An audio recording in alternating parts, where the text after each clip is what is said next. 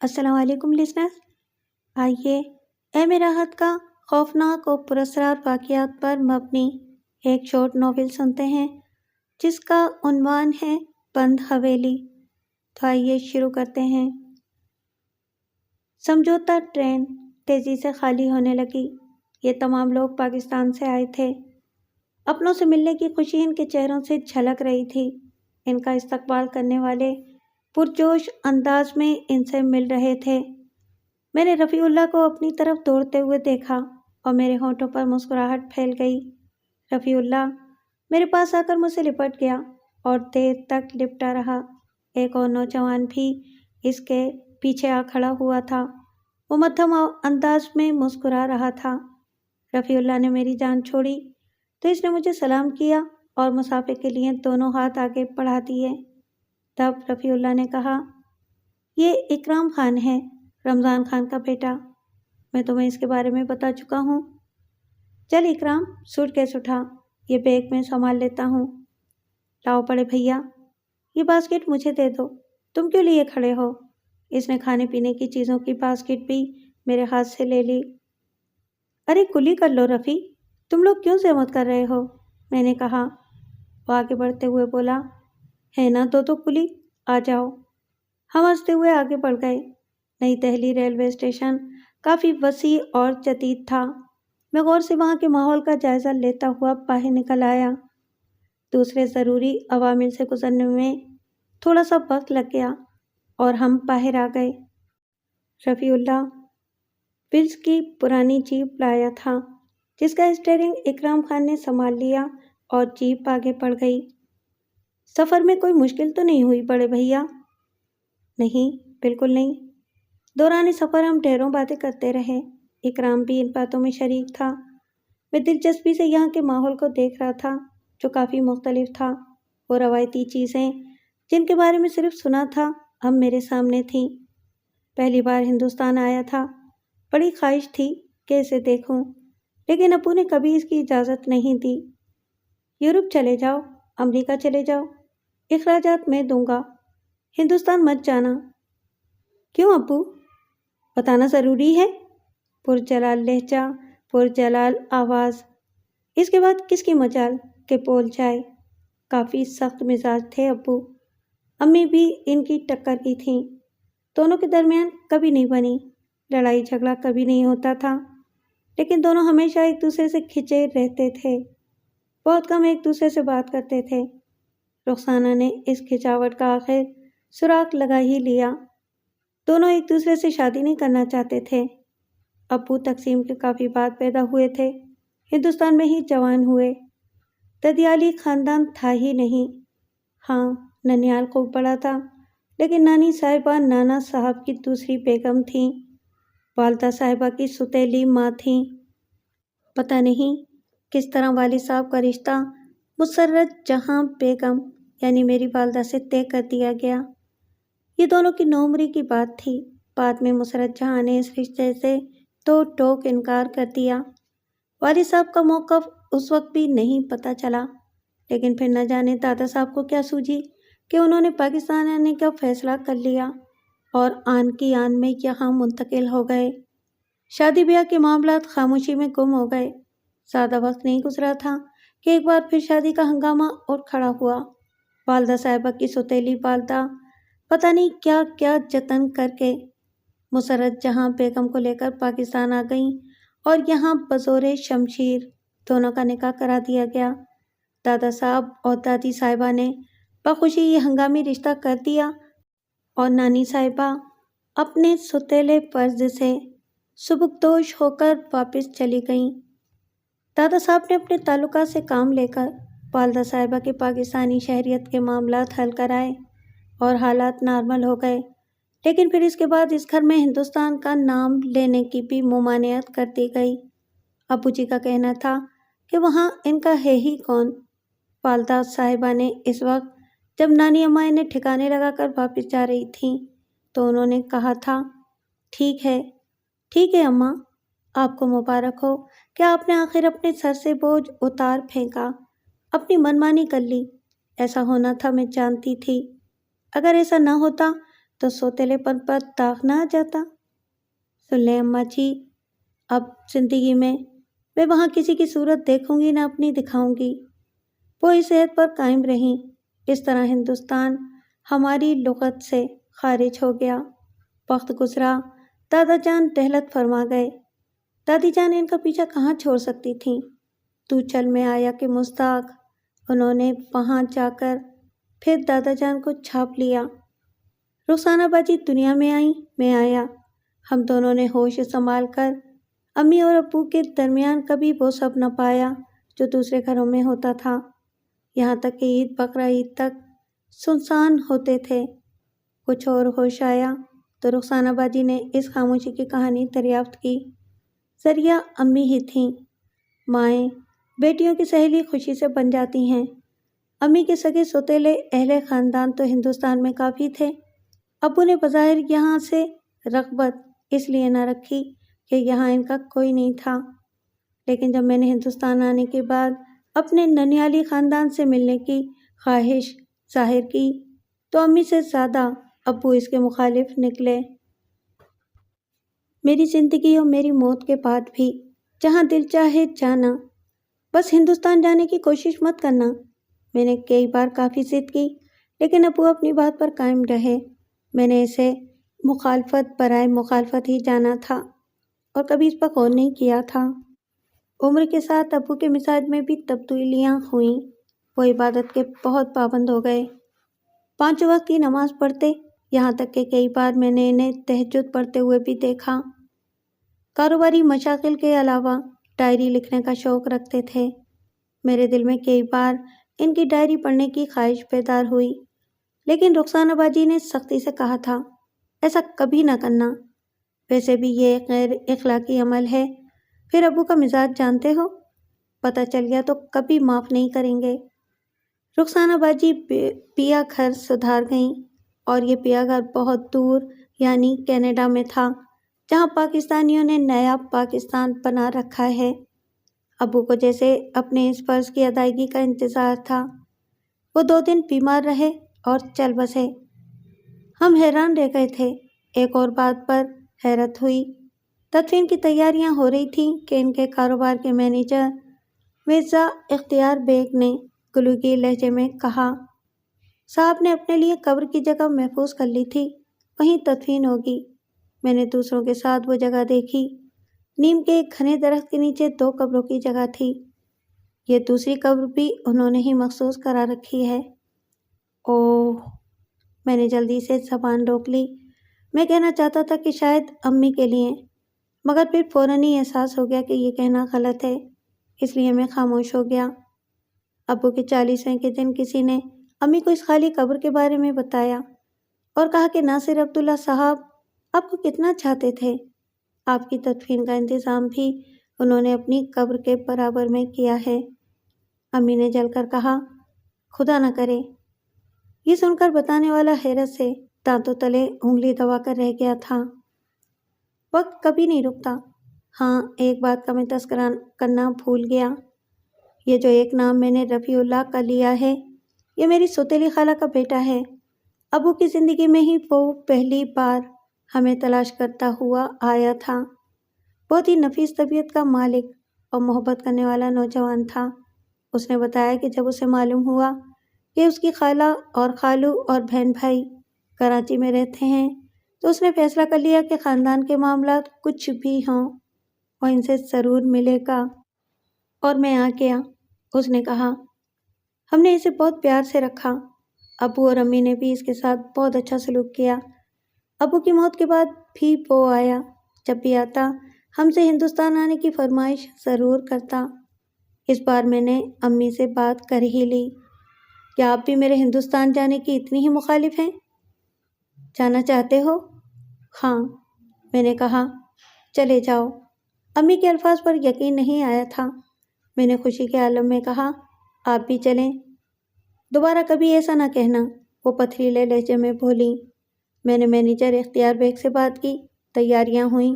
مرزا صاحب نے ہوائی جہاز میں جانے کے لیے کہا، لیکن میں نے ٹرین سے جانے کا فیصلہ کیا، ساتھ ہی رفیع اللہ کو بھی اطلاع دے دی۔ ہمیں ہاتھرس جانا تھا۔ دہلی سے بلند شہر، پھر علی گڑھ، پھر ہاتھرس۔ رفیع اللہ کی زبانی وہاں کے بارے میں کافی معلومات حاصل ہو چکی تھیں۔ ہاتھرس اور آگرے میں میرے ننیال والوں کا ساڑیوں کا کاروبار تھا۔ اس کے علاوہ یہ میرے ننیالی رشتے دار نواحات میں دور دور تک پھیلے ہوئے تھے۔ میرے ددیال کا علاقہ بھی یہی تھا اور ہاتھرس سے تھوڑے فاصلے پر مینڈو جنکشن کے شمال میں رتن گڑھ میں میرے دادا کی حویلی تھی، جس کا کلیم شاید دادا صاحب نے لے لیا تھا اور اب وہ کسٹوڈین کی تحویل میں تھی۔ ہاتھرس میں مجھے کمہار والی چوکی جانا تھا، جہاں نانی صاحبہ اور نہ جانے کون کون رہتا تھا۔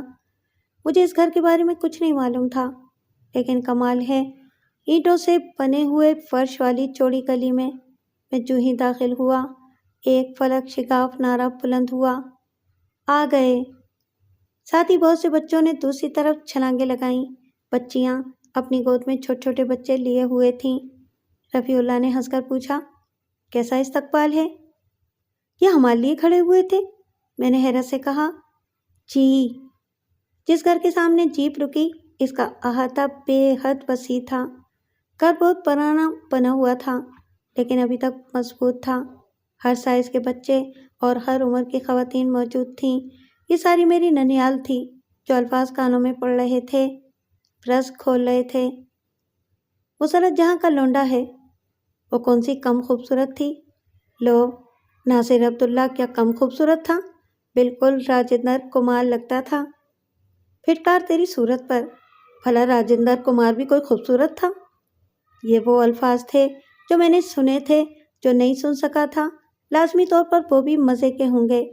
ایک بڑے ہال میں لے جایا گیا، لگ رہا تھا جیسے بارات آئی ہے۔ مجھے دولہا کی طرح درمیان میں بٹھایا گیا، ایک ایک کا تعارف کرایا گیا۔ پھر ان نانی اماں کی باری آئی، جو میری والدہ کی سوتیلی ماں تھیں۔ خوش شکل اور پروقار خاتون تھیں، کہیں سے سوتیلی نہیں لگ رہی تھیں۔ بڑی دل سوزی سے والد صاحب کی موت پر اظہار افسوس کیا۔ مسرت جہاں کی صحت اور خیریت کے بارے میں پوچھا۔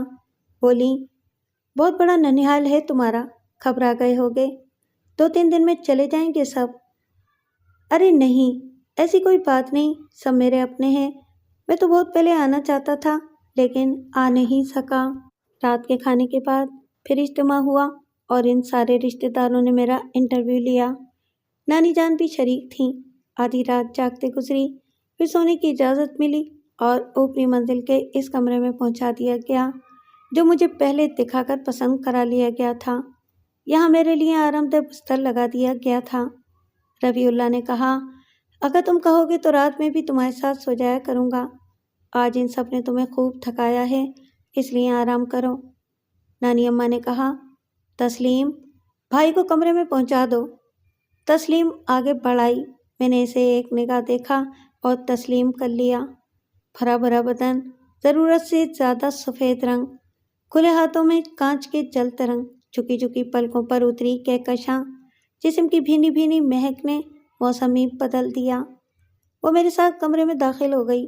بستر ٹھیک تھا، لیکن وہ آگے بڑھ کر اس کی چادر کی شکنیں درست کرنے لگیں۔ اس کی باہوں کا سونا میری آنکھوں میں چکا چوند سی مچاتا رہا۔ اسی وقت کباب میں ہڈی آ گئی۔ دروازے سے مانوس رفیع اللہ نے جھانک کر کہا، کسی اور چیز کی ضرورت تو نہیں؟ نہیں، شکریہ، میں نے بیزاری سے کہا۔ تسلیم، بستر کے پیچھے کی کھڑکی کھول دو، تازہ ہوا آتی رہے گی۔ اور یقیناً مچھر بھی، میں نے کہا۔ تسلیم بے اختیار ہنس پڑی۔ رفیع اللہ مسکرا کر بولا، نہیں، وہ ہندوستانی مچھر ہیں، ویجیٹیرین ہوتے ہیں، اس لیے خون نہیں پیتے۔ تسلیم پھر ہنس پڑی اور پھر وہ دونوں باہر نکل گئے۔ میں پرخیال نظروں سے تسلیم کو دیکھتا رہا۔ کون ہے؟ میری کیا لگتی ہے؟ مجھے بالکل معلوم نہیں تھا، لیکن نانی جان نے خصوصی طور پر اس سے کہا تھا کہ مجھے میرے کمرے میں پہنچا دو۔ اس کا مطلب تھا کہ اس کا تعلق اس گھر سے تھا۔ وہ مجھ سے ملنے کہیں دور سے نہیں آئی۔ اب کیا کروں؟ میں نے دل میں سوچا اور پھر یہاں کے بارے میں سوچ کر مجھے ہنسی آ گئی۔ اتنا بڑا خاندان ہے میرا۔ ویسے یہ فرق تھا، وہاں کراچی میں کسی کی آمد پر اتنی محبت کا اظہار نہیں کیا جاتا تھا۔ میں یہاں آ کر بہت خوش تھا۔ وہاں دوست بھی تھے، شناسہ بھی، لیکن سب کے سب مصروف۔ اس طرح مخلصانہ طور پر نہیں ملتے تھے۔ امی نے مجھ پر کوئی پابندی نہیں لگائی تھی کہ کتنے دن میں واپس آ جاؤں۔ 3 مہینے کا ویزا تھا، پورے دن گزار کر جاؤں گا، وہاں کوئی فکر نہیں ہے۔ مرزا صاحب ایک ذمہ دار آدمی تھے، اسی طرح پوری خبر گیری رکھیں گے۔ بستر پر لیٹ کر سونے کی کوشش کرنے لگا۔ 1:30 بج چکا تھا، اب سو جانا چاہیے تھا۔ میں نے دل میں سوچا اور آنکھیں بند کر لیں، لیکن آج کے سارے واقعات یاد آ رہے تھے، خاص طور سے ہندوستان کا ماحول جو ذرا مختلف تھا۔ پھر ذہن تسلیم کی طرف چلا گیا۔ بڑی دلکش لڑکی ہے، نہ جانے کون ہے۔ آخری چہرہ تسلیم کا تھا جسے میں آنکھوں میں چھپا کر سو گیا تھا۔ دوسری صبح شور شرابے سے آنکھ کھلی تھی۔ مہمان بچے تھے جو چھپن چھپائی کھیل رہے تھے۔ کچھ دوسری آوازیں بھی سنائی دے رہی تھیں جو ان بچوں کو شور مچانے سے روک رہی تھیں۔ پھر جب ایک گول گپا میرے کمرے کے دروازے کو لات مار کر اندر گھسا تو مجھے پوری طرح جاگنا پڑا۔ بڑا موٹا بچہ تھا، میرے پلنگ کے نیچے گھسنے کی کوشش کرنے لگا، لیکن پورا نیچے نہیں جا سکا تھا۔ کیا ہے؟ میں نے غصے سے کہا۔ بتانا نہیں ماما جی، وہ بولا اور پھر کچھوے کی طرح نیچے سرکنے لگا۔ میں نے اس کی دونوں ٹانگیں پکڑ کر باہر گھسیٹا۔ اسی وقت دروازے سے کوئی اندر داخل ہوا اور ایک نسوانی چیخ سنائی دی، گولو، خدا تجھے سمجھے، چل نکل، ستیہ ناس، پتہ نہیں، وہ بے بسی سے بولی۔ لیکن میری صبح اچانک بہت خوبصورت ہو گئی۔ وہ تسلیم تھی، صبح جیسی نکھری روشن۔ افسوس، اس نے آپ کو جگا دیا، اس نے شرمندہ لہجے میں کہا۔ نہیں، ایسی کوئی بات نہیں، میں جاگ چکا تھا۔ بہت شریر ہیں یہ سارے کے سارے۔ یہ امیٹھے والی انیسا پھپھی کا بیٹا گولو ہے۔ آپ اس شور شرابے سے ضرور گھبرا گئے ہوں گے، لیکن پلیز بددل نہ ہوئیے گا۔ ان میں سے آدھے چلے جائیں گے، باقی کل۔ میدان صاف ہو جائے گا انشاءاللہ۔ ارے نہیں، ایسی کوئی بات نہیں ہے، مجھے سب بہت اچھا لگ رہا ہے۔ کراچی میں ہم بالکل اکیلے رہتے ہیں، البتہ ایک گستاخی ضرور کروں گا۔ جی؟ اس نے چونک کر مجھے دیکھا۔ آپ کا تعارف نہیں ہو سکا۔ ارے اچھا۔ اس کا حیران چہرہ نارمل ہو گیا۔ پھر اس نے کہا، اتنے سارے لوگ آپ کے استقبال کو آ گئے۔ حالانکہ دادی جان نے کہا تھا کہ تھوڑے تھوڑے کر کے آئیں گے تاکہ آپ پریشان نہ ہوں، لیکن کوئی نہ رکا۔ محبت میں آئے ہیں آپ کی، کچھ کہا بھی نہیں جا سکتا۔ میں تسلیم ہوں، آپ کی کزن، آپ کے ماموں ایاز احمد کی بیٹی۔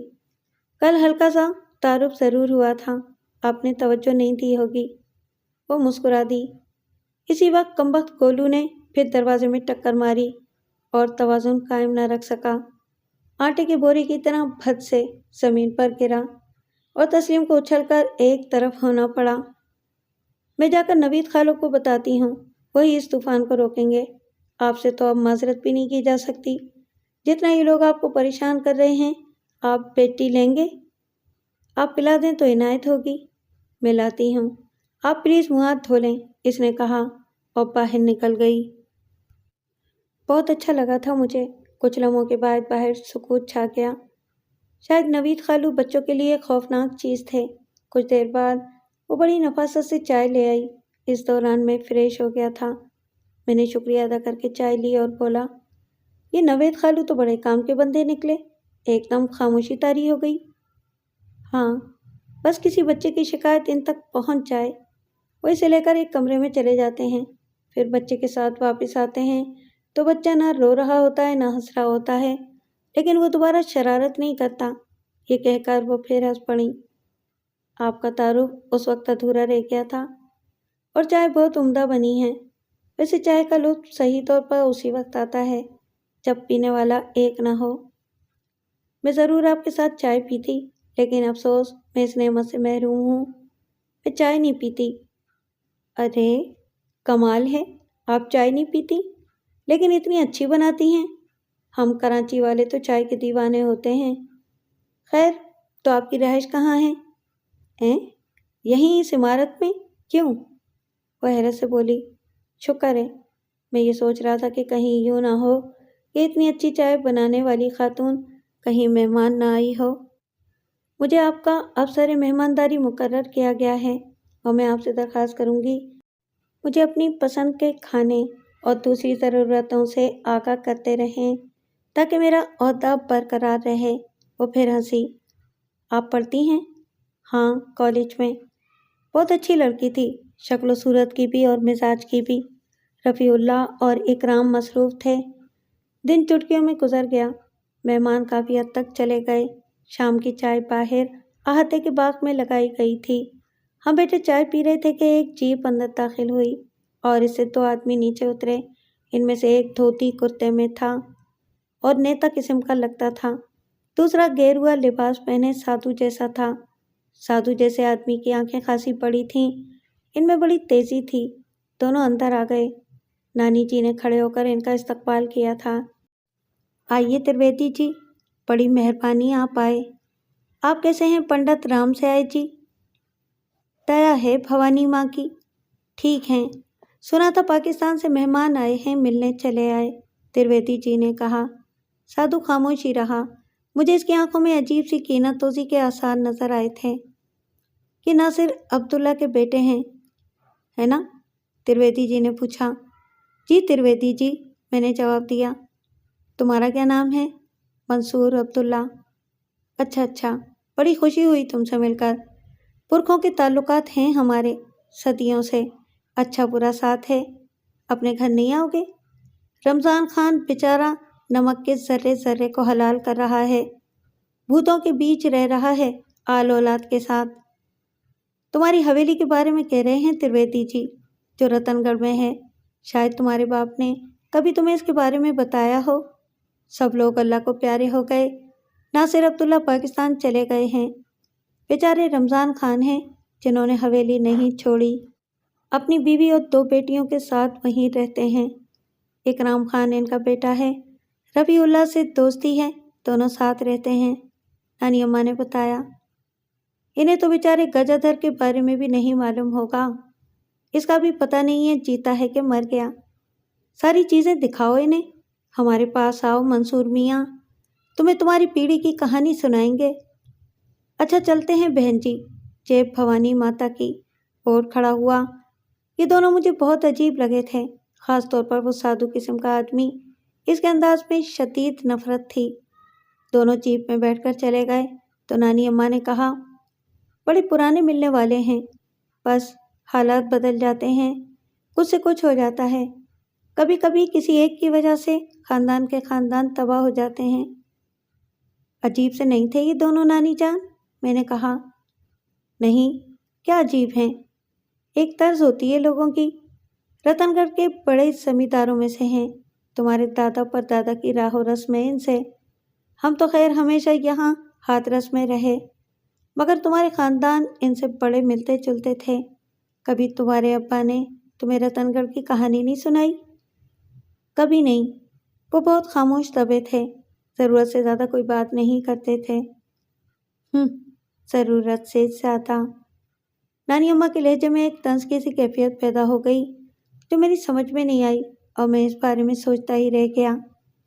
2-3 دن میں سارے مہمان چلے گئے، سبھی نے مجھ سے اپنے گھر آنے کے وعدے لیے تھے۔ رفیع اللہ اور اکرام خان ہر وقت میرے ساتھ رہتے تھے، وہ مجھے اپنے ساتھ ہاتھرس شہر گھمانے لے جاتے۔ ہم نواحات میں بھی نکلے۔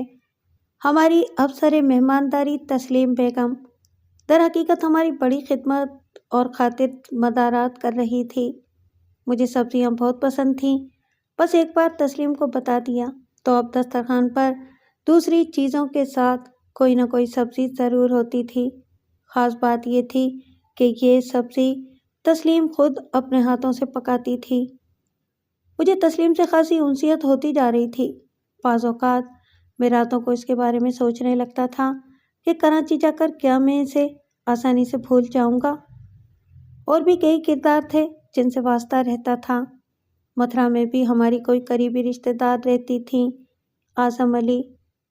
اعظم علی اچھے کھاتے پیتے آدمی تھے، اخلاق کے بھی اچھے تھے، اکثر اپنی بیگم اور 2 بچوں کے ساتھ آ جاتے تھے۔ ان کی بیگم افسری باجی مجھ سے بہت مانوس ہو گئی تھی، وہی شوہر کو مجبور کر کے لے آتی تھیں، اپنی کار تھی اور ویسے بھی متھرا زیادہ دور نہیں تھا۔ آج بھی وہ آئی ہوئی تھیں،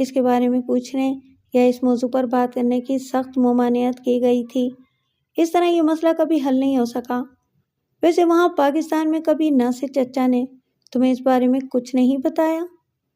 کبھی نہیں، میں نے کہا۔ ساتھ ہی مجھے ان کی ڈائری یاد آ گئی۔ ایسی ڈائریاں بڑی عقدہ کشا ہوتی ہیں۔ کچھ خبریں کانوں میں پڑی تھیں مگر ٹھیک سے نہیں۔ ہماری عمر سے پہلے کی باتیں ہیں۔ حالانکہ ہندوستان میں تقریباً سبھی جگہ ہندو مسلم کے درمیان جھگڑے چلتے رہتے ہیں، لیکن ہاتھرس سے لے کر مانک پور اور دوسرے کچھ شہروں میں کبھی ہندو مسلم فسادات نہیں ہوئے۔ آپ کے خاندان میں اور ٹھاکر گجادھر کے خاندان میں کچھ گڑبڑ چلی، لیکن بس اتنی کہ دونوں الگ ہو کر بیٹھ گئے۔ آپ کی حویلی کے سامنے ہی گجادھر کی حویلی بھی ہے۔ سنا ہے کہ برسوں پہلے گجادھر نے اس حویلی میں استھان بنا لیا تھا اور آج تک وہ اسی حویلی میں ہے، اپنے خاندان کے ساتھ۔ اس کا تو خاندانی چٹپٹ ہو گیا تھا۔ پورے خاندان میں 2 بیٹے رام منوہر اور بانکے لال بچے تھے، وہ بھی کہیں دور جا کر آباد ہو گئے۔ اور گجادھر؟ کہا نا، وہ حویلی کا قیدی بن گیا۔ اب وہ کبھی باہر نہیں آتا، سادھو سنت بن گیا ہے۔ اس کے بیٹے اس سے ملتے ہیں؟ ظاہر ہے ملتے ہوں گے، اب کوئی کسی پر نگاہ تو رکھے بیٹھا نہیں ہوتا۔ ویسے ہندوستان میں جادو ٹونے، چڑیل، بھوت اور بدروحوں کی بڑی کہانیاں بکھری ہوئی ہیں۔ تم لوگوں نے کبھی ایسی کوئی چیز دیکھی ہے؟ بہت دفعہ۔ کوئی ایک بار کی بات کرتے ہو؟ رفیع اللہ نے کہا۔ سچ؟ قسم لے لو، کبھی تمہیں بھی دکھا دیں گے۔ ایک چڑیل تو تم نے دیکھ ہی لی، ہوشیار رہنا، کراچی تک پیچھا کرے گی، بلکہ اسے اپنے گھر کا پتہ مت دینا، اور اگر اس کے پاس تمہارا سیل نمبر آ جائے تو کراچی جاتے ہی نمبر بدل دینا، ورنہ جان سے جاؤ گے۔ رفیع اللہ نے کہا۔ رابعہ؟ میں نے ہنس کر کہا۔ بری آتماؤں کا ہر جگہ نام نہیں لیتے، فوراً نازل ہو جاتی ہیں۔ مذاق اپنی جگہ۔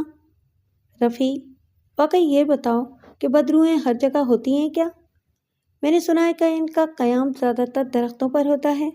میرا مطلب ہے کہ یہ درختوں پر رہتی ہیں۔ ضروری نہیں ہے، بس جہاں جگہ مل جائے۔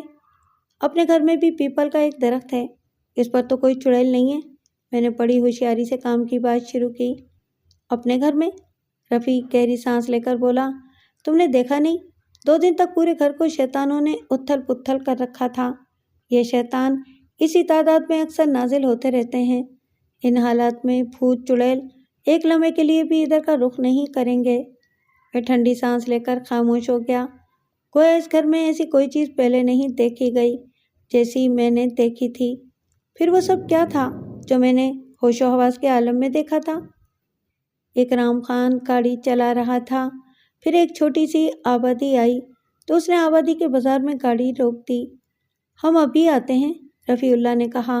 ان دونوں نے کوئی 20 منٹ تک بازار سے خریداری کی۔ ہر طرح کے پھل اور دوسری چیزیں لا کر انہوں نے گاڑی میں بھر دیں۔ یہ کس لیے؟ میں نے پوچھا۔ وہاں حویلی میں رمضان خان ہوتے ہیں نا، اکرام خان کی دونوں بہنیں اور ماں باپ، ہم جب بھی جاتے ہیں ان کے لیے کچھ لے کر جاتے ہیں۔ کتنے دن کے بعد جاتے ہو؟ کوئی پابندی نہیں، جب دل چاہتا ہے چلے جاتے ہیں۔ نہیں، میرا مطلب ہے کہ جب تم نہیں جاتے تو رمضان خان کہاں سے اپنی ضرورتیں پوری کرتے ہیں؟ خود سائیکل پر یہاں آ جاتے ہیں اور خریداری کر کے چلے جاتے ہیں۔ انہیں اخراجات کہاں سے ملتے ہیں؟ نہیں معلوم، اکرام خان نے کہا۔ کیا مطلب؟ بتاتے نہیں ہیں۔ ویسے اللہ کے فضل سے ضرورت کی ہر چیز وہاں ہوتی ہے۔ Very good. مجھے یہ سب بہت دلچسپ لگا تھا۔ ابو تو تھے ہی خاموش طبع، کبھی کوئی بات ہی نہیں کرتے تھے۔ امی اتنی بد مزاج نہیں تھیں، لیکن چونکہ ابو سے ان کے تعلقات کبھی بہتر نہیں نظر آئے تھے، اس لیے ہم دونوں بہن بھائی گھر کے ماحول سے بہت بد دل رہتے تھے۔ پھر رخسانہ کی تقدیر بدلی، اس کی شادی ہو گئی اور اسے اس سخت ماحول سے نجات مل گئی۔ بس میں بد نصیب رہ گیا جس کے لیے گھر میں کوئی خوشی نہیں تھی۔ ابو دنیا سے چلے گئے، لیکن انہوں نے کبھی مجھے نہیں بتایا کہ وہ پاکستان آتے ہوئے ہندوستان میں اپنے کیا کیا اثاثے چھوڑ آئے ہیں۔ رمضان خان کے بارے میں بس یہ معلوم ہوا تھا کہ وہ دادا صاحب کے زمانے سے ہمارے ہاں کام کرتا تھا۔ اب دادا صاحب رہے تھے نہ ابو اور نہ کوئی اور۔ اب رمضان خان کسی کا ملازم نہیں تھا، پھر وہ حویلی میں کیوں رہتا تھا؟ یہ بات بھی کان میں پڑ چکی تھی کہ ابو نے پاکستان میں اس حویلی کا کلیم لے لیا تھا اور اب یہ کسٹوڈین کی ملکیت تھی۔ خدا جانے کیا گھورک دھندا تھا۔ ہم ایک سڑک سے گزر رہے تھے کہ ایک باغ میں جانے والی ذیلی سڑک سے ایک جیپ نمودار ہوئی۔ اس میں 3 افراد سوار تھے۔ میں نے جیپ کو پہچان لیا اور ان میں بیٹھے ہوئے تینوں افراد کو بھی۔ ایک ترویدی تھا، دوسرا رام سہائے، تیسرا ان کا ڈرائیور تھا۔ ان لوگوں نے بھی ہمیں دیکھ لیا اور ترویدی کے اشارے پر اس کے ڈرائیور نے جلدی سے جیپ آگے بڑھا دی اور پھر روک دی۔ اکرام نے بھی اپنی جیپ ان کی برابر جا کر روک دی۔ ترویدی جی کی آواز سنائی تھی، جے بھوانی۔ اس نے دونوں ہاتھ جوڑ کر ماتھے سے لگائے تھے۔ پنڈت رام سہائے اسی طرح خاموش اور پتھرایا ہوا بیٹھا تھا۔ میں نے اس کا چہرہ دیکھا۔ اس کی آنکھوں میں بدستور وہی نفرت رچی ہوئی تھی، یا پھر کمبخت کی آنکھیں ہی ایسی تھیں۔ حویلی جا رہے ہیں مہاراج؟ ترویدی نے مجھے مخاطب کیا۔ جی ترویدی جی، بس سیر سپاٹے کو نکلے ہیں، سوچا رتن گڑھ بھی دیکھ لیتے ہیں۔ ضرور ضرور، ہمیں بھی مہمانداری کا موقع دیں، بلکہ اگر مناسب سمجھیں تو ہمارے ساتھ ہی چلیں۔ کچھ جلپان لیں گے تو خوشی ہوگی کہ ہم نے کسی پاکستانی مہمان کی سیوا کی۔ آپ بہت اچھے انسان ہیں ترویدی جی، میں آپ سے بہت متاثر ہوا ہوں۔ اس وقت معاف کر دیں، جلدی آپ کے پاس حاضری دوں گا۔ جے بھوانی۔ ضرور ضرور ضرور ضرور، جیسا آپ پسند کریں۔ چلو، ترویدی نے ڈرائیور سے کہا اور اس نے جیپ آگے بڑھا دی۔ اس کی جیپ کچھ دور نکل گئی تو اکرام نے بھی جیپ آگے بڑھا دی۔ یہ اسی کا باغ ہے؟ میں نے پوچھا۔ ہاں، کئی باغ ہیں اس کے۔ اصل میں یہ ساری چیزیں ٹھاکر گجادھر کی تھیں، لیکن وہ گوشہ نشین ہو گیا اور سادھو بن گیا۔ اس کے بیٹے پہلے ہی یہاں سے بھاگنے کے لیے رسیاں توڑا رہے تھے، سب کچھ اونے پونے بیچ کر بھاگ گئے۔ گجادھر زندہ ہے؟ ٹھیک طرح تو پتہ نہیں ہے، لیکن ہماری حویلی کے عین سامنے گجادھر کی حویلی ہے، وہ اسی میں رہتا ہے۔ سب کچھ پراسرار ہے، بہت عجیب ہے، میں نے کہا۔ دوسرا کمال اس وقت ہوا جب رتن گڑھ میں ہماری خاندانی حویلی کے بڑے سے پھاٹک کے عین سامنے سادہ سے ڈھیلے ڈھالے کپڑوں میں ملبوس ایک دراز قامت شخص نے ہمارا استقبال کیا۔ ارے چھوٹے مالک، ہماری تقدیر کہ ہم اپنے مالک کی تیسری نسل دیکھ رہے ہیں، آئیے۔ وہ جیپ کے سامنے سے ہٹ گیا اور اس نے پھاٹک کھول دیا۔ یہ کون ہے؟ میں نے پوچھا۔ یہ رمضان خان ہے، رفیع اللہ نے جواب دیا اور جیپ سے نیچے اتر گیا۔ میں نے بھی ایسا ہی کیا تھا۔ ہم نے یہ عمل رمضان خان کو احترام دینے کے لیے کیا تھا۔ اکرام خان جیپ حویلی کے اندر لیتا چلا گیا۔ ارے چھوٹے مالک، آپ گاڑی سے کیوں اتر گئے؟ رمضان خان نے کہا۔ آپ بزرگ ہیں رمضان صاحب، آپ کا احترام لازم ہے، چلیے آپ کے ساتھ حویلی میں چلتے ہیں۔ رمضان خان دعائیں دینے لگے۔ ہم ان کے ساتھ حویلی میں داخل ہو گئے۔ بڑی ڈیوڑی میں 3 عورتوں نے ہمارا استقبال کیا تھا۔ رمضان خان نے کہا، یہ میری گھر والی رضیہ ہے اور یہ دونوں بیٹیاں، ایک بیٹا ہے جو تمہارے ساتھ آیا ہے۔ میں پہلی بار ہندوستان آیا ہوں، پیدا ہی پاکستان میں ہوا تھا، لیکن قسم کھاتا ہوں یوں لگ رہا ہے جیسے ہمیشہ سے اس گھر اور آپ لوگوں کو جانتا ہوں۔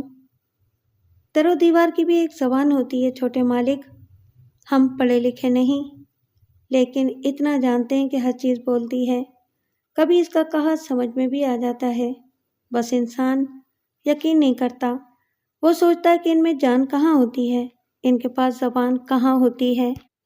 پورے فلاسفر ہیں ہمارے رمضان صاحب، رفیع اللہ نے کہا۔ اتنی دیر میں اکرام خان آ گیا۔ ہر چیز ضرورت کی جگہ رکھتی ہے اماں نے، سارا سامان برج خانے میں پہنچا دیا ہے، جاؤ کھانے کی تیاری کرو۔ چائے پیو گے بڑے بھیا؟ اکرام خان نے کہا۔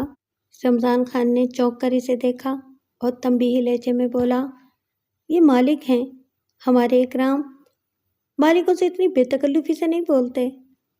نہیں رمضان صاحب، مالک صرف اللہ ہے اور کوئی کسی کا مالک نہیں ہوتا۔ مجھے بڑے بھیا کہنا اچھا لگتا ہے، میں نے فوراً کہا۔ یہ پاکستان بول رہا ہے، ایمان والوں کی زبان ہے، اللہ اسے رہتی دنیا تک سلامت رکھے، رمضان خان نے کہا۔ دونوں لڑکیاں ورچی خانے میں چلی گئیں۔ یہ حقیقت ہے کہ در و دیوار بول رہے تھے، مجھے اچھمپے سے دیکھ رہے تھے۔ رمضان خان نے کہا، کچھ دن رہو گے نا چھوٹے مالک؟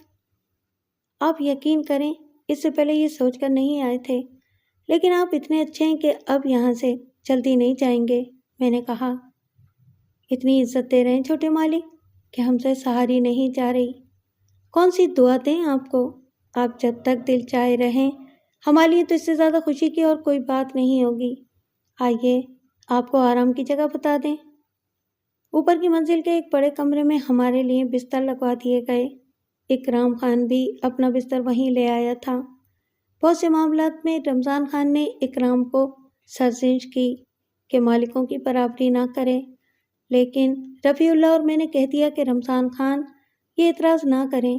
البتہ جب رفیع اللہ نے ہاتھ فون کیا کہ یہاں رتن گڑھ میں کچھ روز قیام کا فیصلہ کیا گیا ہے، تو تسنیم نے خوب ہنسایا۔ وہ بولی، رابعہ نے واویلا مچایا ہوا ہے کہ یہ لوگ اس کی وجہ سے بھاگے ہیں، بلکہ انہیں بھگایا گیا ہے کہ میں واقعی کہیں منصور کے ساتھ پاکستان نہ چلی جاؤں۔ بھگایا کس نے ہے؟ اس بارے میں وہ کیا کہتی ہے؟ رفیع اللہ نے پوچھا۔ یہ بات انہوں نے صیغہ راز میں رکھی ہے۔ گڈ۔ دادی اماں کا کیا موقف ہے؟ کہتی ہے کہ پاگل ہے، بکواس کر رہی ہے تو کرنے دو۔ ٹھیک ہے۔ فون بند ہونے کے بعد میں نے رفیع اللہ سے کہا، چلو حویلی دیکھیں، دیکھو تو صحیح میرے باپ دادا نے کس ماحول میں زندگی گزاری ہے۔ آؤ، رفیع اللہ نے کہا۔ اکرام بھی ہمارے ساتھ تھا۔ میں عجیب سے احساسات کا شکار تھا۔ ایک ہلکی سی بوجھل کیفیت میرے اوپر طاری تھی۔ ہم تھوڑا سا ہی آگے بڑھے تھے کہ کسی طرف سے رمضان خان سامنے آ گئے۔ کہاں بچوں؟ انہوں نے پوچھا۔ بس رمضان صاحب، حویلی اندر سے دیکھنے جا رہے ہیں، میں نے کہا، اور نہ جانے کیوں رمضان بابا کے چہرے پر فکر مندی کے آثار طاری ہو گئے۔ میں نے فوراً اسے محسوس کر لیا اور بولا، کوئی بات ہے رمضان بابا؟ نہیں، کوئی بات نہیں ہے، بس کچھ وہم ہے اس بارے میں۔ اپنی چچی سے پوچھ لو، اپنی دونوں بہنوں سے پوچھ لو، اسے اچھی طرح معلوم ہے کہ ہم میں سے کوئی کبھی اس طرف نہیں جاتا۔ رمضان بابا نے غصے سے اکرام کی طرف اشارہ کیا۔ وہ میں نے منع کیا تھا، لیکن بڑے بھیا نے کہا کہ میں پاکستان سے آیا ہوں، واپس چلا جاؤں گا، اور پھر دوبارہ کبھی آنا نصیب ہو یا نہیں۔ ذرا دیکھو تو صحیح میرے باپ دادا کی حویلی اندر سے کیسی ہے۔ اکرام نے جان بچانے کے لیے جھوٹ بولا، ایسی کوئی بات اس سے نہیں ہوئی تھی، ساتھ ہی اس نے رحم طلب نظروں سے مجھے دیکھا۔ میں نے فوراً کہا، اکرام کے منع کرنے کی وجہ سے مجھے تجسس ہوا، میں نے اسے مجبور کر دیا اور کہا کہ ہم خاموشی سے چلتے ہیں۔ آپ یہ بتائیے کہ منع کیوں کر رہے ہیں؟ ایسی کیا خاص بات ہے؟ اور اپنی چچی جان اور بہنوں سے پوچھنے کے لیے کیوں کہا ہے؟ وہ بس بیٹے، خالی گھروں میں سائے ہو جاتے ہیں، کچھ روحیں آ کر آباد ہو جاتی ہیں۔ یہ حویلی بھی طویل عرصے سے ویران ہے، اور یہاں کوئی آبادی ہے روحوں کی؟ میں نے دلچسپی سے پوچھا۔ یہی سمجھ لو۔ وہ کون ہیں کیا ہیں مجھے نہیں معلوم۔ شروع میں ہم نے صفائی کے لیے کھلا رکھا تھا، لیکن کئی واقعات ہوئے، کسی نے میری بیٹی کے بال کاٹ دیے، بہت لمبے بال تھے اس کے، وہ اندر صفائی کر رہی تھی، وہیں بے ہوش ہو گئی۔ اسی طرح ایک بار تمہاری چچی کی کمر میں کسی نے لات ماری، اور اتنی زور سے ماری کہ ان کی کمر کے مہرے آج تک ہلے ہوئے ہیں۔ بس ہم اس کے بعد ادھر نہیں جاتے۔ ایک اور کہانی ہے۔ ارے واہ خان صاحب، وہ کیا کہانی ہے؟ بتائیے۔ بمبئی سے ایک فلم ڈائریکٹر اپنی کسی ڈراؤنی فلم کی شوٹنگ کرنے آیا تھا۔ کسی نے اسے اس حویلی کے بارے میں بتایا۔ اس نے حویلی دیکھی اور اسے یہ شوٹنگ کے لیے پسند آ گئی۔ اس کے سارے کارندے حویلی میں آ گئے، چونکہ یہ حویلی اب کسٹوڈین کے پاس ہے، اس لیے ڈائریکٹر نے حکومت سے یہاں قیام کی اجازت لے لی تھی۔ ان لوگوں نے رات کو تیاریاں کی اور شوٹنگ شروع کر دی۔ ان کے اداکار کیمروں کے سامنے کام کرتے رہے، اور اس طرح ساری رات گزر گئی۔ صبح کو سب نے آرام کرنے کے لیے اپنے کمروں کا رخ کیا، لیکن اسی وقت خوب چیخم تھاڑ مچ گئی۔ چیخنے اور رونے کی آوازیں زمین کے نیچے سے آ رہی تھیں۔ ڈائریکٹر، اسسٹنٹ ڈائریکٹر، کیمرہ مین حیران رہ گئے۔ اداکار البتہ سب غائب ہو گئے تھے۔ مجھے بلا کر معلومات حاصل کی گئیں تو میں نے انہیں اس تہخانے کے بارے میں بتایا جس کے بارے میں کبھی آپ کے دادا حضور نے مجھے بتایا تھا۔ میں نے بڑی مشکل سے یاد کر کے تہخانے کا دروازہ تلاش کیا اور اسے کھولا تو سب کے ہوش اڑ گئے۔ تہخانہ اتنا گندا تھا کہ اللہ کی پناہ، اور سارے اداکار اور اداکارائیں وہاں قید تھیں۔ ان کی حالت اتنی خراب تھی کہ ان میں سے کچھ تو مرنے کے قریب تھے۔ انہیں وہاں سے نکالا گیا۔ انہوں نے حالت سنبھلنے پر بتایا کہ انہوں نے تو شوٹنگ میں حصہ ہی نہیں لیا۔ انہیں تو نادیدہ ہاتھوں نے خوب مارا پیٹا اور انہیں تہخانے میں بند کر دیا۔ ارے واہ، گویا روحوں نے فلم میں اداکاری کی، میں نے ہنستے ہوئے کہا۔ اس فلم کو دیکھا گیا، سارے اداکار وہی تھے، لیکن اصل اداکار تہخانے میں بند تھے۔ وہ تو بڑی قیمتی فلم بن گئی ہوگی، اداکار روحیں، بڑی پبلسٹی ہوئی ہوگی اس کی۔ نہیں چھوٹے مالک، بات پولیس حکام تک پہنچی، مجھے بھی پکڑ کر بلوا لیا گیا اور مجھ پر بڑی سختی کی گئی کہ اگر مجھے معلوم تھا کہ یہ حویلی آصف زدہ ہے تو میں نے بتایا کیوں نہیں۔ میں نے یہی جواب دیا کہ میں تو برسوں سے اس حویلی میں رہتا ہوں، مجھے کسی آصف نے پریشان نہیں کیا۔ خیر چھوٹے مالک، پولیس کے بڑے افسروں نے پولیس ہیڈ آفس میں وہ فلم دیکھی اور پریشان ہو گئے کیونکہ پوری فلم خالی تھی، اس میں کوئی تصویر نہیں تھی، جبکہ پہلے ساری تصویریں موجود تھیں۔ فلم والے دم دبا کر بھاگ گئے۔ یہ کہانی سن کر میں کوئی خاص متاثر نہیں ہوا، لیکن رفیع اللہ کو ڈر گیا۔ میرے خیال میں رمضان خان نے سوچا ہوگا کہ اس کے بعد میں اس حویلی کو دیکھنے کا خیال ترک کر دوں گا، لیکن جب میں نے کہا میں وہ تہخانہ بھی دیکھوں گا تو سب چونک پڑے۔ ارے نہیں چھوٹے مالک، وہ بڑی خطرناک جگہ ہے، اللہ آپ کو اپنی رحمت کے سائے میں رکھے۔ جب آپ نے مجھے اللہ کی رحمت کے سائے میں دے دیا تو پھر خوف کی کیا گنجائش رہ گئی ہے، میں نے ہنس کر کہا۔ مان جائیے چھوٹے مالک، رمضان خان نے ضد چوک کر کہا۔ میرا آپ پر کوئی زور نہیں ہے رمضان صاحب، لیکن مجھے دکھ ہوگا۔ میں بھی آپ کے ساتھ چلوں گا، رمضان خان نے کہا۔ اس بات پر ضد کرنے کی ضرورت نہیں تھی، چنانچہ میں نے اسے مان لیا۔ ہم حویلی کے دوسرے حصے کی طرف چل پڑے۔ رمضان خان ایک اچھے گائیڈ کے طور پر ساتھ تھے۔ راستے میں ہم اس موضوع پر بات کرتے جا رہے تھے۔ ایک بات بتائیے رمضان صاحب، موت کے بعد مسلمانوں کی روحیں تو کبھی نہیں بھٹکتی۔ یہ ہندوؤں کے بارے میں سنا جاتا ہے کہ اگر ان کی آرزوئیں ادھوری رہ جاتی ہیں تو ان کی روحیں اپنی پیاس بجھانے کے لیے سرگرداں رہتی ہیں۔ حقیقت تو اللہ ہی جانتا ہے چھوٹے مالک، میں نے یہ کبھی نہیں کہا کہ حویلی میں ہمارے مالکوں میں سے کسی کی روح بھٹکتی نظر آتی ہے۔ اصل میں اللہ نے آتشی مخلوق بھی تو بنائی ہے جو دنیا میں رہتی ہے، انہیں بھی تو رہنے کے لیے جگہ چاہیے ہوتی ہے۔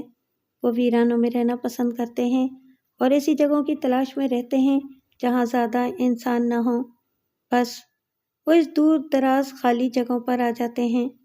یعنی جن، میں نے کہا۔ ہاں، انہی کی بات کر رہا ہوں۔ ریحانہ سے بھی کوئی غلطی ہو گئی تھی جس کی وجہ سے اس کے بال کاٹ دیے گئے، اور اس کی ماں کے بھی بلا وجہ لات نہیں پڑی ہوگی۔ او بھائی، افسر تفتیش، بس کرو یار، کہیں ہم سے بھی کوئی غلطی نہ ہو جائے، ہم تمہاری طرح بہادر نہیں ہیں۔ رفیع اللہ سچ مچ رمضان خان کی باتوں سے ڈر گیا تھا۔ حویلی کے ایک بیرونی حصے میں رمضان خان نے اپنے استعمال میں رکھا تھا۔ اس نے بتایا کہ میں نے جس حصے میں اپنی رہائش رکھی ہے حویلی کے بالکل باہر کا حصہ ہے۔ یہ اس وقت کی بات ہے جب حویلی کے اندرونی حصے میں کسی بسیرے کا اندازہ نہیں ہوا تھا، وہ بعد میں ہوا۔ وہاں آبادی ہو گئی اور اس آبادی نے ہمیں کوئی نقصان نہیں پہنچایا، لیکن سرحد بنا دی گئی، اور جب بھی ہم سے اس سرحد کی خلاف ورزی ہوئی ہمیں اس کی سزا ملی۔ یہ باتیں کرتے ہوئے ہم اندرونی حصے میں داخل ہو گئے۔ اندرونی حصے کے بڑے دروازے کو تالا لگا دیا گیا تھا جو بری طرح زنگ آلود ہو گیا تھا۔ اس تالے کی چابی ہے خان صاحب؟ میں نے پوچھا۔ چابی کہیں اندر پڑی ہوگی، لیکن دوسری طرف جانے کا راستہ ہے، یہ جو سامنے راہداری ہے، اس کے آخر کی دیوار ایک بار شدید بارش اور آندھی سے ٹوٹ گئی تھی، ادھر سے اندر جانے کا راستہ ہے۔ آئیے، میں نے کہا اور ہم اس طرف چل پڑے۔ دیوار کی دوسری طرف اوپر جانے کے لیے سیڑھیاں تھیں۔ سامنے حویلی کے دوسرے اندرونی حصے تھے۔ جگہ جگہ سوکھے پتے بکھرے ہوئے تھے۔ میں تیس مار خان بننے کی کوشش نہیں کر رہا، لیکن یہ حقیقت ہے کہ رفیع اللہ کے چہرے پر جس طرح مردنی چھائی ہوئی تھی، یا اکرام خان جس طرح ڈرا ڈرا نظر آ رہا تھا، ایسا خوف مجھے بالکل محسوس نہیں ہو رہا تھا، بلکہ میرا انداز ایسا تھا جیسے میں کوئی میوزیم دیکھ رہا ہوں جہاں کے عجائبات ضرور متاثر کرتے ہیں۔ چلتے چلتے ایک دیوار کے پاس سے گزرتے ہوئے اچانک اکرام خان رکا، پھر آگے بڑھ کر اس نے کوئی چیز اٹھائی۔ ہم سب نے اسے دیکھا تو وہ ایک انگوٹھی پکڑے اسے دیکھ رہا تھا۔ انگوٹھی میں شاید ہیرا جڑا ہوا تھا جو جگمگا رہا تھا۔ کیا ہے؟ رمضان خان نے پوچھا۔ اکرام نے انگوٹھی ان کی طرف بڑھا دی۔ رمضان خان نے انگوٹھی الٹ پلٹ کر دیکھی، پھر میری طرف بڑھا دی اور بولے، ہیرے کی ہے، ضرور قیمتی ہوگی، کیوں چھوٹے مالک؟ ہاں، مجھے اس کا کوئی تجربہ نہیں ہے۔ وہ جو ٹوٹا ستون ہے، اسے اس کے سر پر رکھ دو، جس کی گری ہے وہ لے لے گا، ہماری تو نہیں ہے۔ چل اکرام خان، اسے یہاں رکھ دے۔ ممکن ہے رمضان صاحب یہ اس فلم یونٹ کی کسی اداکارہ کی ہو جو یہاں سے جان بچا کر بھاگی تھی۔ ایسا بھی ہو سکتا ہے، بس یہ ہماری نہیں ہے، رمضان خان بولے، اور انگوٹھی اس جگہ رکھ کر ہم آگے بڑھ گئے۔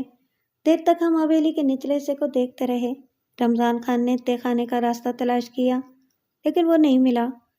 انہوں نے قسم کھائی کہ وہ راستہ اسی جگہ تھا، مگر اب نہیں ہے۔ اوپر چلیں رمضان صاحب، میں نے اشتیاق سے کہا۔ رمضان خان نے مجبوری کے انداز میں گردن ہلا دی اور پھر آہستہ سے بولے، اوپر ذرا احتیاط رکھنا، پراسرار مکینوں کی اصل رہائش وہیں ہے اور ہم بغیر اجازت کسی کے گھر میں گھس رہے ہیں۔ ہم وہاں چوری کرنے نہیں جا رہے، دیکھیں گے اور واپس آ جائیں گے، میں نے کسی قدر خشک لہجے میں کہا۔ چھوٹے مالک آئیے، رمضان خان کے لہجے میں محبت تھی۔ وہ آگے آگے چل پڑے اور اس جگہ پہنچ گئے جہاں سے سیڑھیاں اوپر تک جاتی تھیں۔ سیڑھیاں دھول سے اٹی ہوئی تھیں۔ ہم نے پہلا قدم رکھا تو مٹی بلند ہو گئی۔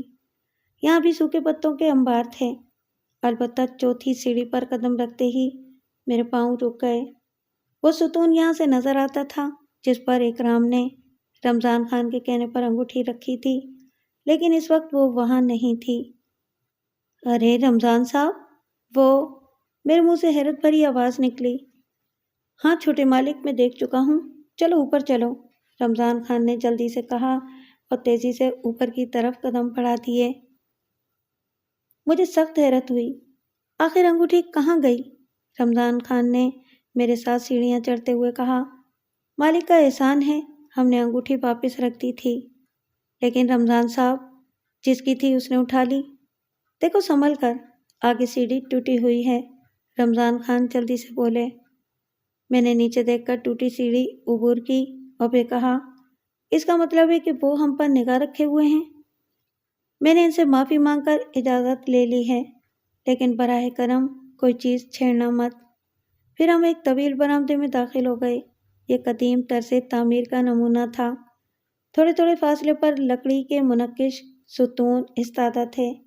ان ستونوں کے درمیان لکڑی ہی کا جنگلہ تھا جو مزید اوپر جانے والی سیڑھیوں کے درمیان اوپر تک چلا گیا تھا۔ سامنے دروازے نظر آ رہے تھے جو بند تھے اور ان کی کنڈیوں میں پرانے طرز کے تالے پڑے ہوئے تھے۔ ہم سیڑھیاں عبور کر کے دوسری منزل پر پہنچ گئے۔ ایک طویل راہداری سے گزرے تو دو اور کمروں کے دروازے نظر آئے جو کھلے ہوئے تھے۔ ان میں بھی پرانے طرز کی کنڈیاں لگی ہوئی تھیں، لیکن یہ کنڈیاں بند نہیں تھیں، یوں لگتا تھا جیسے یہ استعمال کی جاتی رہی ہوں۔ یہ مداخلت بیجا ہوگی، رمضان خان بولے، اور نہ جانے مجھے کیوں غصہ آ گیا۔ میں نے سرد لہجے میں کہا، ایک عاجزانہ درخواست کروں رمضان صاحب، آپ کے حکم کی تعمیل کرتے ہوئے میں واپس جا رہا ہوں، لیکن میں حویلی سے چلا جاؤں گا، رفیع اللہ کو واپس بھیج دوں گا اور خود کہیں آس پاس اپنا ٹھکانہ تلاش کر لوں گا، پھر حویلی کی دیوار کود کر اندر آؤں گا اور آپ کے حصے سے نہیں، دوسرے علاقے سے حویلی میں داخل ہوں گا اور یہاں کئی راتیں گزاروں گا۔ میرا لہجہ اور میرے الفاظ بہت سخت تھے، سب بھونچکے رہ گئے۔ پھر رفیع اللہ نے کہا، میں نے تو کچھ نہیں کیا، نہیں میرے دوست، میں سرفراز شخص ہوں، جو کرنا چاہتا ہوں کر ڈالتا ہوں، بہت سے نقصانات اٹھا چکا ہوں، لیکن میں تمہیں تو مجبور نہیں کر سکتا۔ میں تمہارے ساتھ ہوں۔ آپ واپس جائیں ابا جی۔ ہم نے پہلے بھی درخواست کی تھی کہ ہمیں اکیلا جانے دیں، لیکن آپ نے… اکرم خان بولا۔ ارے میں نے تو… رمضان خان نے کچھ کہنا چاہا، تب اکرام خان نے ذرا تلخ لہجہ اختیار کیا۔ آپ واپس جائیں۔ ٹھیک ہے، تم وقت پر آ کر کھانا لے جانا، میں چلتا ہوں۔ رمضان خان بیچارے بادل ناخواستہ واپس چلے گئے۔ بعد میں مجھے اپنے رویے پر بہت افسوس ہوا تھا۔ میں نے کہا یار، غلطی ہو گئی۔ ویسے خدا کی قسم میرا دل یہاں بڑا لگ رہا ہے، جی چاہتا ہے کہ 2-3 دن یہاں گزاروں، رات کو بھی یہاں رک کر دیکھوں کیسا لگتا ہے۔ اور رفیع اللہ… ارے ہم بھی بہادر ہیں یار، یار کی یاری میں جان بھی دے سکتے ہیں۔ ٹھیک ہے، رات کو یہیں قیام رہے گا۔ رفیع اللہ نے بات پوری نہ ہونے دی اور ہنس دیا۔ آؤ اندر چلیں، میں نے کمرے کی طرف اشارہ کیا اور ہم ان بھاری کنڈیوں میں سے ایک کنڈی کو کھول کر اندر داخل ہو گئے۔ باہر سے اندازہ نہیں ہوتا تھا، لیکن اندر سے کمرہ بے حد وسیع تھا۔ اس میں قدیم طرز کا لیکن بہت عمدہ فرنیچر موجود تھا۔ خوبصورت مشیری، کئی عمدہ نرم گدوں والے کاؤچ، کرسیاں، چھوٹی منقش میزیں، پیتل کے قد اعظم گلدان۔ حیران کن بات یہ تھی کہ ان گلدانوں میں تازہ پھولوں کے گلدستے موجود تھے۔ ہم سب کا صحت طاری تھا۔ اس بات پر میں بھی یقین کر چکا تھا کہ حویلی کے اس حصے میں کوئی نادیدہ خاندان آباد ہے۔ میرے خیال میں یہاں کچھ آرام کیا جائے، میں نے کہا۔ کسی نے کوئی جواب نہیں دیا تو میں ایک کاؤچ پر لیٹ گیا۔ رفیع اور اکرام بھی ایک طرف بیٹھ گئے۔ اکرام نے پوچھا میں کھانا لے آؤں؟ رفیع تم ساتھ چلے جاؤ، میں نے رفیع کو اشارہ کیا۔ نہیں میں تمہیں چھوڑ کر نہیں جاؤں گا، رفیع اللہ بولا۔ ارے کوئی مسئلہ نہیں، میں اکیلا چلا جاؤں گا، میں نے اس حویلی میں ہوش سنبھالا ہے، اکرام نے کہا اور چلا گیا۔ یار یہ تو کوئی بات نہیں ہوئی، ابھی تو ہمیں وہ دوسری حویلی بھی دیکھنی ہے۔ میرا مطلب ہے کہ وہ سامنے گجادھر کی حویلی، میں نے ہنس کر کہا۔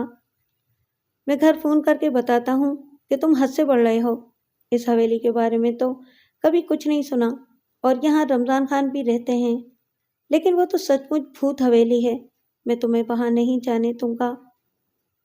جانا ہے مجھے وہاں رفیع اللہ، یہ سب میرے لیے بڑا دلچسپ ہے، میں یہ خطرہ مول لینے کو تیار ہوں۔ اور اب تم یہ کہو گے کہ اگر مجھے ڈر لگ رہا ہے تو میں گھر واپس جا سکتا ہوں، ایسا ہی ہے نا؟ میں کیا کہوں، میں نے کہا۔ اسی وقت اکرام لدا پھدا آ گیا، ہر چیز لے آیا تھا۔ بہنوں نے بہترین کھانا پکایا تھا، ہم نے خوب ڈٹ کر کھایا۔ تھوڑی دیر کے بعد آنکھیں بوجھل ہونے لگی تھیں، ہم تینوں خاموش تھے۔ اس خاموشی میں نیند آ گئی۔ نیند بھی کمال کی تھی۔ میری آنکھ کھلی تو میں نے آنکھوں کو ہاتھ لگا کر دیکھا۔ آنکھیں کھلی تھیں لیکن گہرا اندھیرا، قبر جیسی تاریکی۔ یہ کیا ہوا؟ میں نے حیرت سے سوچا۔ پتہ نہیں اکرام اور رفیع کہاں ہیں اور یہ اندھیرا کیسا ہے؟ مسیری سے اٹھا اور اندھیرے میں ٹٹولتا ہوا آگے بڑھا تو کسی چیز سے ٹکرا کر گرتے گرتے بچا۔ اسی وقت کسی کی چیخ سنائی دی۔ میں نے خود کو سنبھالا تو کسی اور سے ٹکرایا۔ ارے مر گیا، یہ اکرام کی آواز تھی۔ اکرام، میں نے اسے آواز دی۔ کاکا کون ہے؟ اکرام نے میری پنڈلی پکڑ لی۔ میں ہوں۔ یہ اندھیرا کیسے ہو گیا؟ میرے منہ سے بے اختیار نکلا۔ ابھی تو دن ہے، لیکن یہ رات۔ رفیع اللہ نے اتنا ہی کہا تھا کہ اچانک روشنی ہو گئی۔ کسی نے الیکٹرک سوئچ آن کیا تھا۔ ہم سب کھڑے ہو گئے اور پاگلوں کی طرح ایک دوسرے کی صورت دیکھ رہے تھے۔ یہ سوئچ کس نے آن کیا؟ میرے منہ سے نکلا، لیکن کسی نے اس بات کا جواب نہیں دیا۔ رات ہو گئی، اکرام بولا۔ ہم اتنا سوئے؟ ہاں، حیرت ہے، لگ رہا ہے کہ ابھی تھوڑی دیر پہلے سوئے تھے۔ میری مانو رفیع بھائی، گھر واپس چلو، رات ہو گئی ہے، ہمیں رات یہاں نہیں گزارنی چاہیے، اکرام بولا۔ نہیں اکرام، میں نہیں جاؤں گا، میں پوری حویلی دیکھے بغیر نہیں جاؤں گا، ابھی تو میں یہاں اپنے ابو کی نشانیاں تلاش کروں گا۔ میرے ابو اس دنیا میں نہیں رہے، اس حویلی میں وہ پیدا ہوئے، یہیں جوان ہوئے، یہاں ان کی نشانیاں ضرور ہوں گی، کوئی ایسی چیز مل گئی تو میں اسے ساتھ لے جاؤں گا تاکہ مجھے ہندوستان کا یہ سفر اور اپنے اجداد کا ماضی یاد رہے۔ تم جاؤ اکرام، میں نہیں چاہتا کہ کل رمضان خان یہ کہیں کہ ہماری وجہ سے ان کے بیٹے نے نافرمانی کی ہے۔ وہ تو ٹھیک ہے، مگر میں جاؤں گا کیسے؟ اکرام نے گھٹی گھٹی آواز میں کہا، اور اس کی پریشانی سمجھ کر ہمارے ہونٹوں پر مسکراہٹ آ گئی۔ اکرام کی اکیلے جانے کی ہمت نہیں پڑ رہی تھی۔ ہم اسے باہر تک چھوڑنے آئے اور اس وقت تک کھڑے رہے جب تک وہ حویلی کے دوسرے حصے میں پہنچ نہ گیا جہاں روشنی ہو رہی تھی۔ پھر ہنستے ہوئے ہم واپس اوپر آ گئے۔ اس بار ہم نے اس کمرے کا رخ نہیں کیا تھا بلکہ اور اوپر جانے والے زینوں کی طرف بڑھ گئے۔ اوپر کی آخری منزل میں صرف 2 کمرے بنے ہوئے تھے۔ ہم ایک کمرے کے دروازے پر رک گئے۔ میں ایک لمحے تک دیکھتا رہا۔ اس کمرے کی باہر کی کنڈی ٹوٹی ہوئی تھی، دروازہ البتہ دوسرے دروازوں کی نسبت بھاری تھا۔ میں نے اسے اندر دھکیلا تو اتنی بھیانک آواز پیدا ہوئی کہ میں نے اسے گھبرا کر چھوڑ دیا۔ رفیع اللہ بھی خوفزدہ نظروں سے ادھر ادھر دیکھ رہا تھا۔ کون چیخا تھا؟ دروازہ، میں نے ہنس کر کہا۔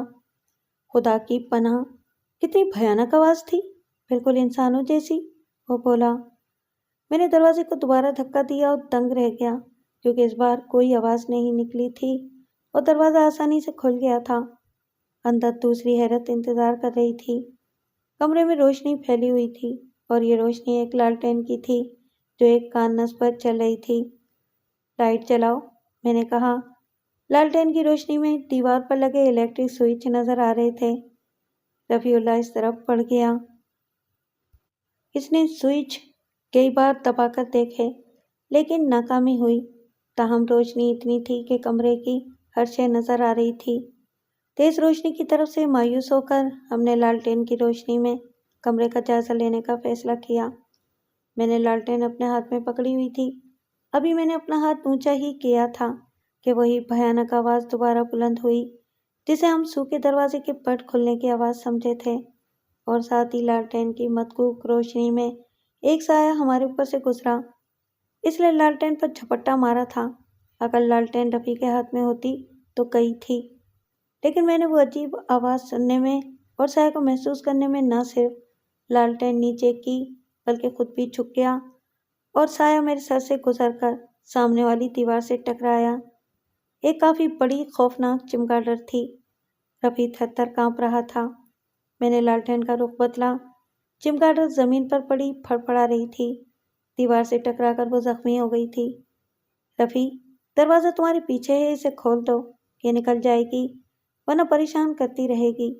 رفیع نے سنبھل کر میری ہدایت پر عمل کیا تھا اور واقعی چمگادڑ کو جیسے ہی ہوا ملی اس نے پر پھیلا کر غوطہ لگایا اور باہر نکل گئی۔ رفیع اللہ میری طرف دیکھ کر پھیکے انداز میں مسکرایا۔ ہم کمرے کا جائزہ لینے لگے۔ کمرے کے درمیان میں ایک طویل و عریض مسیری بچھی ہوئی تھی جس پر چھت سے لے کر زمین تک ایک مچھردانی ٹنگی ہوئی تھی۔ دائیں جانب لکڑی کی قیمتی ڈریسنگ تھی جس پر بڑا سا آئینہ چڑھا ہوا تھا۔ دروازوں پر بادامی رنگ کے خوبصورت پردے پڑے ہوئے تھے۔ چھت پر کئی قیمتی فانوس لٹکے ہوئے تھے۔ ایک طرف بنے ہوئے چھوٹے کانس پر ایک رول رکھا ہوا تھا، ایک موٹے کینوس کا رول۔ میں اس کے پاس پہنچ گیا۔ یہ کیا ہے؟ میں نے کہا۔ شاید تصویر ہے، کھول کر دیکھ لوں؟ پتہ نہیں، رفیع اللہ بولا۔ میں نے ایک لمحہ سوچا، پھر اللہ کا نام لے کر رول اٹھا لیا۔ میرے خیال میں یہ میرے ہی خاندان کے کسی فرد کی تصویر تھی جسے کہیں سے اتار کر لپیٹ کر رکھ دیا گیا تھا کیونکہ اب یہ عمارت ہماری نہیں رہی تھی۔ میں نے ہمت کر کے یہ تصویر کھولی اور دیکھتا رہ گیا۔ یہ ابو کی تصویر تھی، زندہ تصویر۔ یوں لگ رہا تھا جیسے ابو ابھی بول پڑیں گے۔ میرے ابو بہت خوبصورت تھے اور یہ حقیقت تھی کہ ان کے مردانہ حسن کے سامنے امی کی شکل دبی دبی لگتی تھی۔ اس تصویر میں مصور نے ابو کو اور بھی حسین بنا دیا تھا۔ پتہ نہیں کس نے یہ تصویر بنائی تھی۔ واقعی بڑی خوبصورت تصویر ہے، رفیع نے کہا۔ کس کی ہے؟ میرے والد کی ہے۔ اوہ، رفیع آہستہ سے بولا۔ میں یہ تصویر اپنے ساتھ لے جاؤں گا، میں نے کسی ضدی بچے کی طرح کہا۔ اجازت ضروری ہے، ویسے ایک بات میرے لیے الجھن کا باعث ہے یہ عمارت اب سرکاری ملکیت ہے اور مکمل طور پر حکومت کے قبضے میں ہے۔ یہاں بہت قیمتی چیزیں موجود ہیں، حکومت نے انہیں اپنے قبضے میں کیوں نہیں لیا؟ جبکہ اکثر اس طرح کی عمارتیں پوری طرح خالی کر دی جاتی ہیں۔ یہ اشیاء بے شک سرکاری مال خانوں تک نہیں پہنچ پاتی، لیکن متعلقہ حکام کے گھروں میں ضرور سج جاتی ہیں۔ یہاں بھی ہم نے بہت سی قیمتی اشیاء دیکھی ہیں، پتہ نہیں انہیں کیوں نہیں اٹھایا گیا۔